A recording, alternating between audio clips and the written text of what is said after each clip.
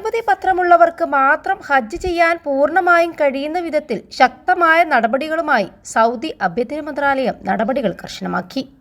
നിയമവിരുദ്ധമായി ഹജ്ജ് നിർവഹിക്കുന്നതിന് visit visa ഉടമക്കാർക്ക് അഭയമോ ഗതാഗതമോ നൽകുന്നവർക്ക് 1 ലക്ഷം റിയാൽ പിഴയാണ് ആഭ്യന്തര മന്ത്രാലയം തിങ്കളാഴ്ച പ്രഖ്യാപനം നടത്തിയത്.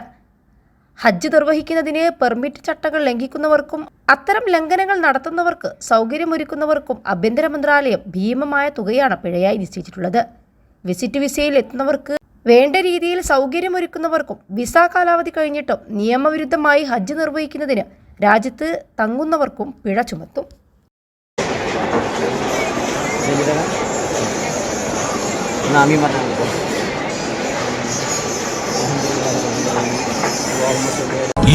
ലക്ഷത്തോളം സന്തുഷ്ടരായ ഉപഭോക്താക്കളും 2 ലക്ഷത്തോളം തിമിര ശസ്ത്രക്രിയകളും പൂർത്തിയാക്കിയ മലബാറിലെ ഏക കണ്ണാശുപത്രി Al Salama eye hospital, hospital road, Perinthalmanna.